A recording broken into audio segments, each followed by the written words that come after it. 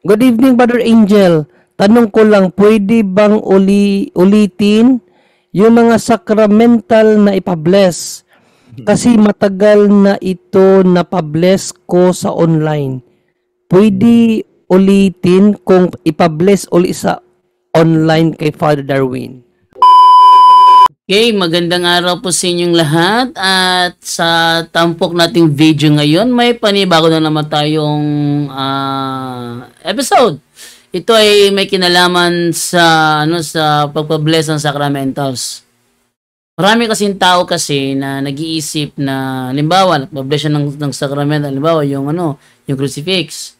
Tapos sa tagalan ng panahon na ito ay nakadisplay o nakagamit, iniisip, lalo na pag nabasa ng tubig, no? Iniisip nila na yung blessing nawawala. So, ang tanong, pwede bang ulitin na ipa-bless uli ang mga sacramentals na na-bless na? Pwede bang ulitin muli? Yan ang katanungan na napakagandang itanong. Kasi maraming mga nag-iisip na baka mawala.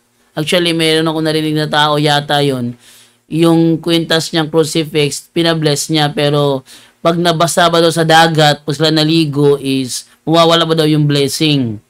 Nagandang katanungan yan, na ating papasagot. At sa dulo ng video ito, may katanungan tayo na bibigyan ng kasagutan uli, again and again and again. Kung saan is, yung mga katanungan ninyo sa comment section namin din nabibigyan ng pagkakataon, ating sasagutin dito. At ang tanong na ating bibigyang linaw mamaya is, wait lang ha, sabi ni Melpe Medrano, bro, baka pwedeng makahingi ng update dun sa debate ni Jared at ni Alex Santos na masyadong brutal, mamersonal kay Jared. Tinapos pa ba nila yung debate nila? Nag-run out po dito nun eh. Okay. So, actually, hindi ko pa napanood itong kay Jared at kay Alexander Santos. Pero, at itong tatalakayin. Next time na lang tatalakayin natin. Kasi gagawin ko to ng debate review sa pagitan ni Alexander Santos at saka ni Jared Almasora. Okay? So, lipat tayo ng ibang tanong dito from Evangeline Eva. Mga brad na ako'y pangutana, sa buhi pa ako, mama, mananambal to siya. Unya, pagmatay niya, ang katong libreta na gigamit niya, gibutang lang sa kaban. Wala lang na mo hilabti. Wala ba mi ato na apektuhan? Yun, magandang katanungan ito. Ito ay bibigyan ng kasagutan mamaya pagkatapos ng video na ito.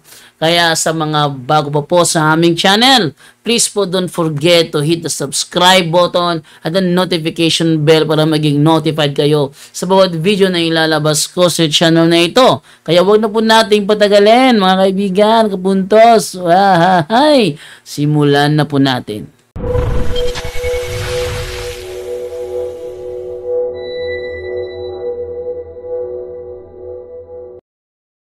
Ang blessings po, Brother Rudy, walang expiration yan. Pag na-bless na po yung isang yung mga religious items natin, sacramental na, forever na po yun. So, hindi na po kailangan. Pero siyempre, minsan ako rin, nilalagay ko lang din yan pag nagpapabless, mga bless na Pero yung blessings, forever na po yun. Yun po yung sagot natin. May nagtanong din dito para sa'yo, Rams, Tropang TV, sino ba daw gumawa ng kerubin na nag-aanuhan sila rito? Ano ba sa'yo to, Bro Junri? Sa'yo, sa channel mo. Sino ang gumawa ng kerubin? Tropang V. Ito, saan naman diyan nakalagay ang kerubin? So, nagdidebate na yan, Brother Angel. Sa debate nila yan ni Itsoy, Bro Angel. Hindi si Itsoy, bago siya. Bagong bagong sa'yo. Anong pangalan? Tropang B TV. Kung nagkatawang tao si Yang Shangbin. Ito? Hindi. Mo siya, itaas mo. Ba't umabot si Yang Shangbin? Sino si Yang Shangbin? Sino pong gumawa ng kerubin? Tropang V TV. Teka lang ha. Didebate nga kasi yung kanya kausap si Tropa. Tropang D. Bart, bakit ang I mean kerubin? Saan dito? Sige, iano mo. Nagdidebate yan. Ask lang po kung anong pangalan? Tropang BTV? Oo, yung pinakauna niyang tanong. Tropang Bro, BTV. Bro Bart, bakit ang layo sa Exodo ito? O, yun na nga. Nagdidebate yan, Brother John Ray. Hindi, sumagot kasi si Bro Bart sa kanya. Pero si Bro Bart, kausap niya si Itsoy. Iba yon. Tropang B Iba talaga yun. nagtatanong. Nagtatanong lang siya. Pero sumagot si Bart. Ngayon, ikaw na lang sumagot, bro. Sumagot si Bart kasi. Sige. Ano yung pinakatanong niya, Brother Angel? Di ko kasi makita Pwede yung po bang pinakatanong ko. magtanong, sino po ang gumawa ng kerubin? Ayan ang tanong niya, pinakatanong, sino ang kumawa ng kerubin? Sumagot kasi si Bart kaya nag-anuhan lang sila. Pero talagang nagtatanong siya sa atin. Yes, sa Exodo 25, At saan daw mababasa yata? yan, sa Exodo 25:18 hanggang 22, kapatid, si Yahweh po ang nag-utos niyan kay Moses. At 25:18 to 22, ito ating mababasa. Ano to? Exodo 25:18 to 22, yan. So, ang nag-utos nito, si Yahweh, inutos niya kay Moises, no? Yeah. Sabi dito, lagyan mo ng 2 kirubing ginto ang 2 dulo nito. Tig-isa ang magkabilang dulo. Ihihinang ang mga kirubin upang ito ang luklukan ng awa ay maging iisang piraso. Gawin mong magkaharap ang 2 kirubin na parehong nakatungo at nakabuka ang mga pakpak na nilulukuban ang luklukan ng awa. Ilagay mo ito sa ibabaw ng kaban na kinalalagyan ng 2 tapyas na bato ng kautosang ibibigay ko sa iyo. Doon tayo magtatagpo sa luklukan ng awa sa pagitan ng 2 kirubin. Doon ko ibibigay sa iyo ang kautusan ko sa mga Israelita. So ang nag-utos si Yahweh, ang inutusan si Moises. Ang gumawa, syempre, yung pinagkalooban ni Yahweh ng talent sa pag-sculpture. Nasa Exodo 31 yata yon.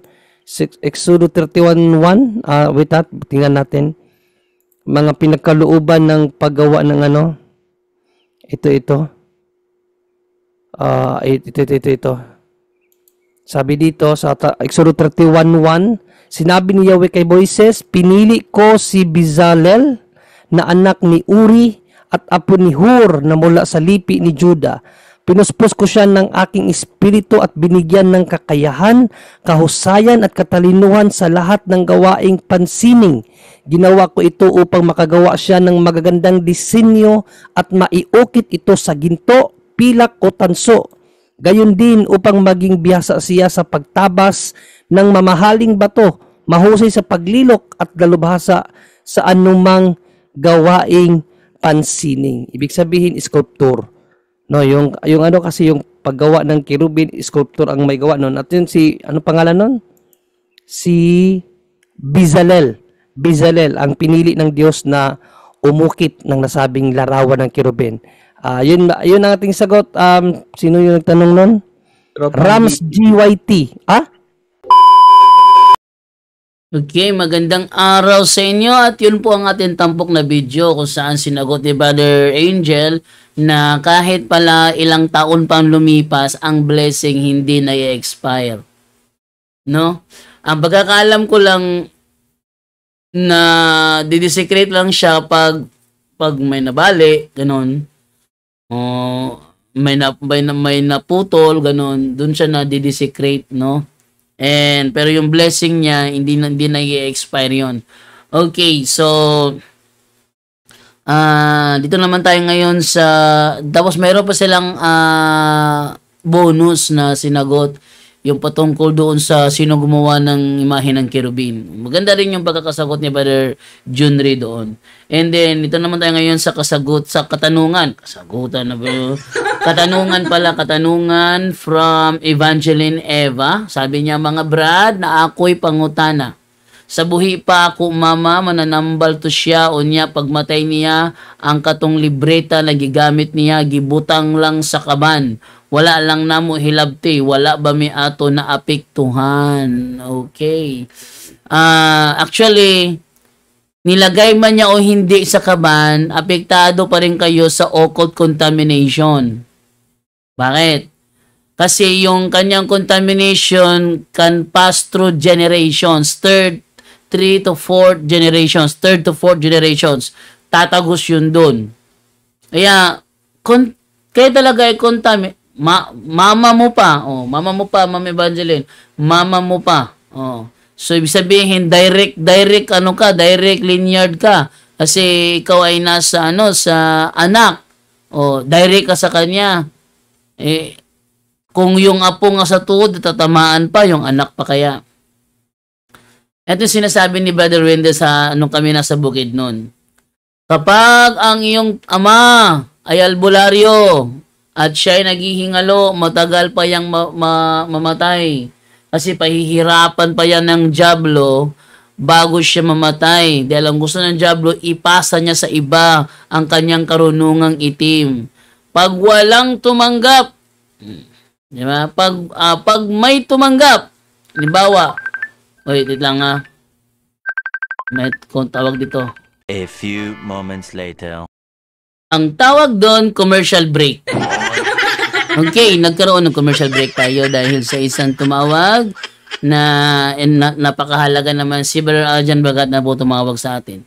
Okay, so proceed po tayo sa pinag-uusapan natin.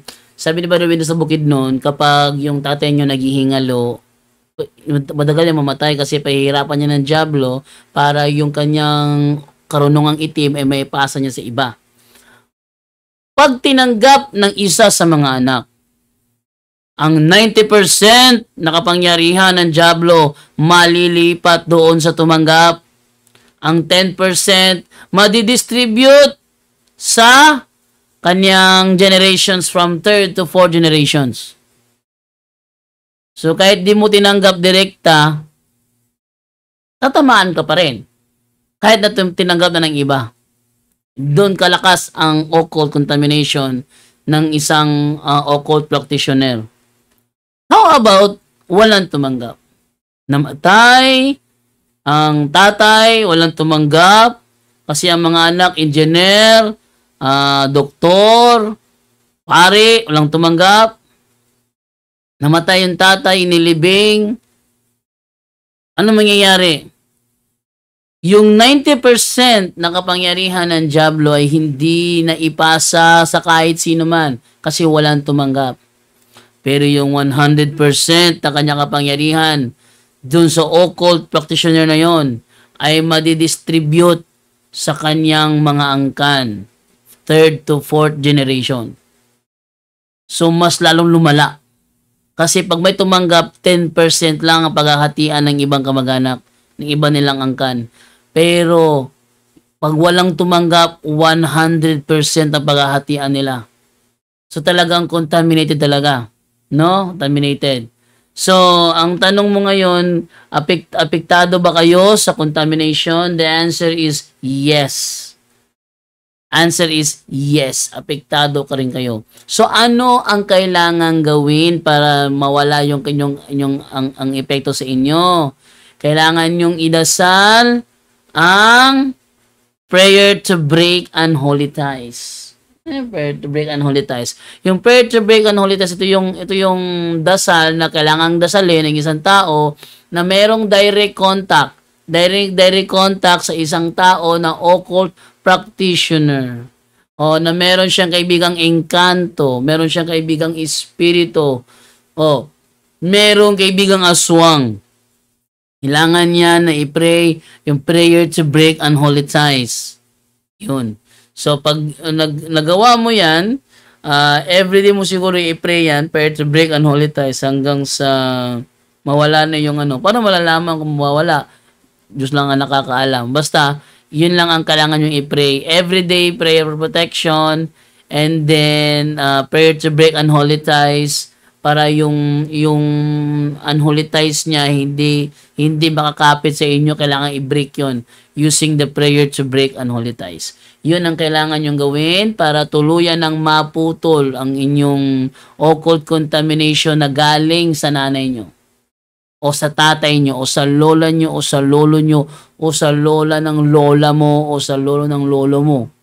Mapuputo lang yun pag pinray mo yung prayer to break unholy ties. Okay, maraming salamat po and bye-bye.